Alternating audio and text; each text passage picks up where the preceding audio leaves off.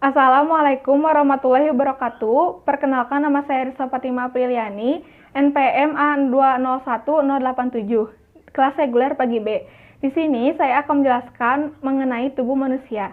Tubuh manusia terbentuk atas banyak jaringan dan organ yang memiliki fungsinya masing-masing. Tubuh manusia tersusun sekitar 100 triliun sel. Sel memiliki organisme yang mampu hidup. Sel adalah unit terkecil dari tubuh yang masih menjalankan fungsi rangkapnya. Kumpulan sel akan membentuk jaringan dengan fungsi tertentu dan kelompok jaringan yang berbeda akan membentuk organ. Kumpulan organ bersama-sama akan membentuk sistem yang memiliki fungsi untuk menjaga homeostatis dan kesehatan individu. Sel dikelilingi oleh membran sel atau membran plasma pada bagian luar. Membran sel mengelilingi sel dan menjaganya untuk mengatur apa yang masuk dan apa yang keluar dari sel. Membran sel memisahkan bagian dalam sel atau sitoplasma dan bagian luar. Sitoplasma adalah bagian dari sel yang ada di antara nukleus dan membran plasma. Sitoplasma mengandung berbagai organel yang memiliki fungsi berbeda, salah satunya untuk mengangkut senyawa dan untuk menghasilkan ATP. Sel juga mempunyai sitoskeleton yang mempunyai fungsi untuk mempertahankan bentuk sel dan kemungkinan sel untuk bergerak. Sitoplasma terdiri dari beberapa bagian penting. Yang pertama ada mitokondria, yang kedua ada badan Golgi, yang ketiga ada sitoplasma dasar, yang keempat ada sentrosom, dan yang kelima ada membran sel. Nukleus adalah struktur utama dalam sel manusia yang sangat penting karena menyimpan informasi genetik yang menentukan karakteristik dari sel tubuh dan fungsi metaboliknya. Nukleus mengandung nukleolus yang berada di nukleus untuk menyalin DNA menjadi RNA ribosom. Membran sel memiliki beberapa fungsi, salah satunya yaitu untuk lalu lintas molekul dan ion secara dua arah. Lalu lintas sel dibagi menjadi dua cara, yaitu transfer pasif dan aktif. Transfer pasif terjadi saat zat melalui membran plasma semipermeable dan berpindah konsentrasi tanpa menggunakan energi. Transfer pasif bekerja secara spontan dan terdiri dari tiga contoh, yaitu difusi terfasilitasi, dan osmosis. Sedangkan transfer aktif merupakan kebalikan dari transfer pasif dan tidak bekerja secara spontan.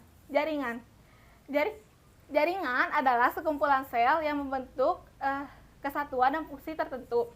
Jaringan dibagi menjadi dua, yaitu jaringan penutup dan jaringan penunjang. Sedangkan jika kita lihat dari fungsinya, jaringan terbagi menjadi empat, yaitu jaringan epitel, jaringan ikat, jaringan otot, dan jaringan saraf. Tubuh manusia memiliki beberapa sistem dan fungsinya berbeda-beda. Yang pertama ada sistem organ, merupakan kumpulan organ yang melakukan fungsi untuk berinteraksi dan menghasilkan aktivitas tubuh secara keseluruhan. Yang kedua ada sistem saraf, yaitu pusat kontrol tubuh untuk mengatur dan komunikasi. Sistem saraf bersama-sama dengan sistem endokrin untuk menjaga dan mempertahankan homeostatis tubuh dengan mengontrol kelenjar endokrin di tubuh. Yang ketiga ada sistem kardiovaskular, yaitu sistem yang berfungsi untuk mengedarkan darah ke seluruh tubuh dan untuk menyalurkan oksigen ke seluruh tubuh dan juga mengatur semua zat buangan.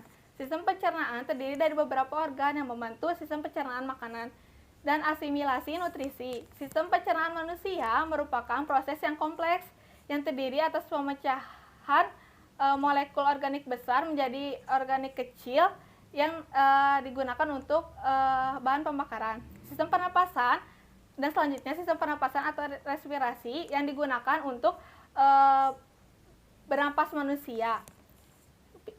Selanjutnya ada sistem perkemihan yang terdiri dari organ-organ yang memproduksi urin dan mengeluarkannya dalam tubuh. Dan sistem ini merupakan sistem utama untuk menjaga homeostatis tubuh. Memiliki organ-organ, yaitu yang pertama rongga mulut, kedua lidah, ketiga ovofaring, keempat kerongkongan, kelima hati, keenam kantung empedu, ketujuh lambung, kedelapan pankreas, kesembilan usus 12 jari, ke-10 kolom transversum, ke-11 kolom ascenderius, ke-12 cecum, ke-13 genujum, ke-14 kolon sigmoid, ke-15 usus buntu, ke-16 rektum, dan yang terakhir adalah saluran anus. Sekian pemaparan materi dari saya. Mohon maaf bila banyak kesalahan. Wassalamualaikum warahmatullahi wabarakatuh.